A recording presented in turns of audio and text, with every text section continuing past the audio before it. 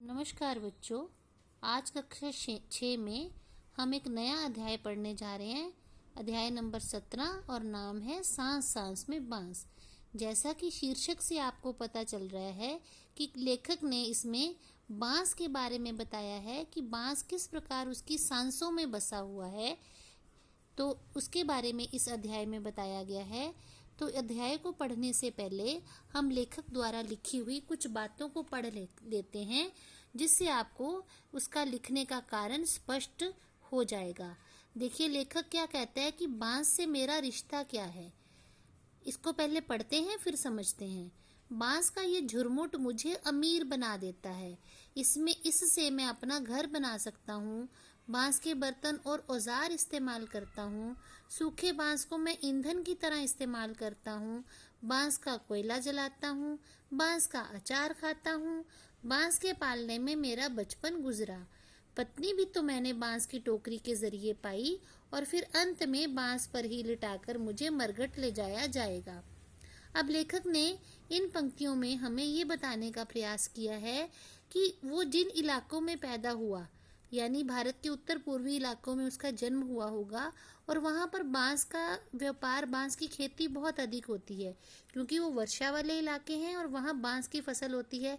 जैसे उत्तर प्रदेश में गन्ने की फसल बहुत अधिक होती है, तो जलवायु के अनुसार अलग अलग प्रदेश में अलग अलग फसल बहुतायत में होती है।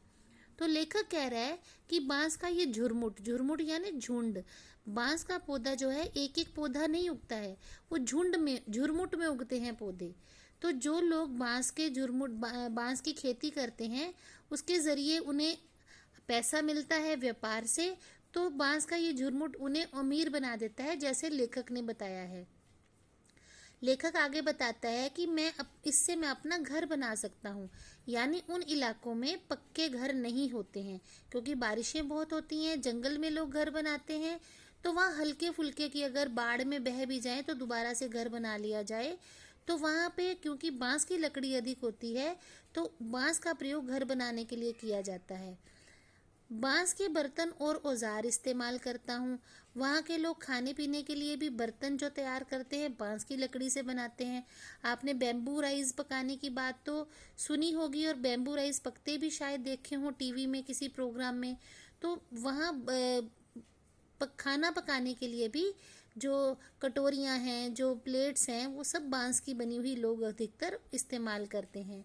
और औजार होते हैं हथियार, किसी काम को करने वाले टूल्स। जैसे मान लो, उदाहरण आपसे आपको बताने की कोशिश करती हूँ कि हथौड़ा होता है, उसका अग्र भाग जो होता है, आगे का भाग जो होता है, वो लोहे का बना हुआ होता है, लेकिन उसका जो हैंडल होता है वो बांस की लकड़ी का होता है। ठीक है ना। इस तरह आप सीढ़ी इस्तेमाल करते हैं, जैसे गाँव के इलाकों में या घर में पोर्टेबल सीढ़ी इस्तेमाल करते हैं। आजकल तो धातुओं की बनी हुई सीढ़ियाँ आ गई हैं, लेकिन पहले बांस की बनी हुई सीढ़ियाँ हुआ करती थी। तो अभी भी उन इलाकों में बांस की सीढ़ी का इस्तेमाल किया जाता है। बर्तनों का, औजारों का इस्तेमाल किया जाता है। औजार में एक औजार की उदाहरण आपको और देती हूँ कि टोकरियाँ हैं, झाड़ू है, ये भी तो औजार ही है ना काम करने वाले। या फिर वो जो अनाज साफ करने वाले छाछ होते हैं, वो भी बांस के बने हुए होते हैं बुनाई से। ठीक है ना। तो ये सारी चीज़ें लेखक इस्तेमाल करता है। सूखे बांस को मैं ईंधन की तरह इस्तेमाल करता हूँ। इस्तेमाल का मतलब होता है प्रयोग। जब बांस सूख जाते हैं, किसी काम के नहीं रहते, तब उनको ईंधन के रूप में यानी आग जलाने के रूप में इस्तेमाल किया जाता है। चूल्हे में जलाकर खाना पकाया जाता है। जब बांस बहुत जल जाता है, बांस का जो कोयला बन जाता है, तो अंगीठियों में कोयला जलता है उसका। बांस का अचार खाता हूँ। जब छोटा छोटा बांस का पौधा होता है ना, नाजुक सा, जैसे हम सरसों खाते हैं, सरसों का साग, वैसे ही जब बांस के छोटे छोटे हरे हरे पौधे होते हैं तो उनको तोड़कर उनकी सब्जी और अचार बनता है। तो लेखक खाने में भी बांस का इस्तेमाल करता है।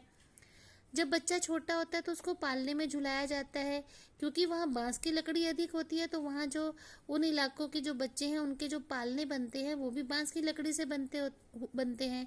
तो लेखक ने बताया कि बांस के पालने में मेरा बचपन बीता, यानी जन्म से ही मैं बांस में झूला हूँ।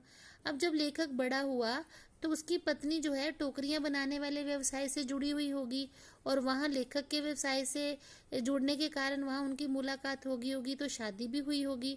तो लेखक ने बताया है कि पत्नी भी उसे बांस की टोकरी के जरिए यानी माध्यम से मिली है। और फिर लेखक ये भी कहता है कि जब मैं मर जाऊंगा, जब मेरी मृत्यु हो जाएगी, तो अंत में बांस पर ही लिटाकर मुझे मरघट ले जाया जाएगा। मरघट होती है शमशान घाट, जहाँ पे मुर्दा शरीर को जलाया जाता है। और जिस स्टैंड पर कह सकते हैं या सीढ़ी नुमा जिस वस्तु पर शव को लिटाकर मरघट ले जाया जाता है, जिसको हम अर्थी बोलते हैं, वो भी बांस से बनी हुई होती है। ठीक है, तो लेखक ने हमें बताने का प्रयास किया है कि जहाँ बांस उगता है वो वहाँ के लोगों की तरह लेखक के जीवन में जन्म से लेकर मृत्यु तक बांस का क्या रिश्ता रहेगा। यानी बांस उसके जन्म से उसे पालता भी है, उसको खिलाता भी है, उसका पेट भी भरता है, उसका व्यवसाय का कारण भी बना है, उसका घर भी बनाया, उसकी पत्नी और परिवार भी बनाया, और अंत में भी उसकी सांसें भी बांस के साथ ही खत्म होगी। तो लेखक ने ये बताने का प्रयास किया है। चलिए, इस पाठ के बारे में और अधिक जानने के लिए हम इस अध्याय का पठन कार्य आरंभ करते हैं।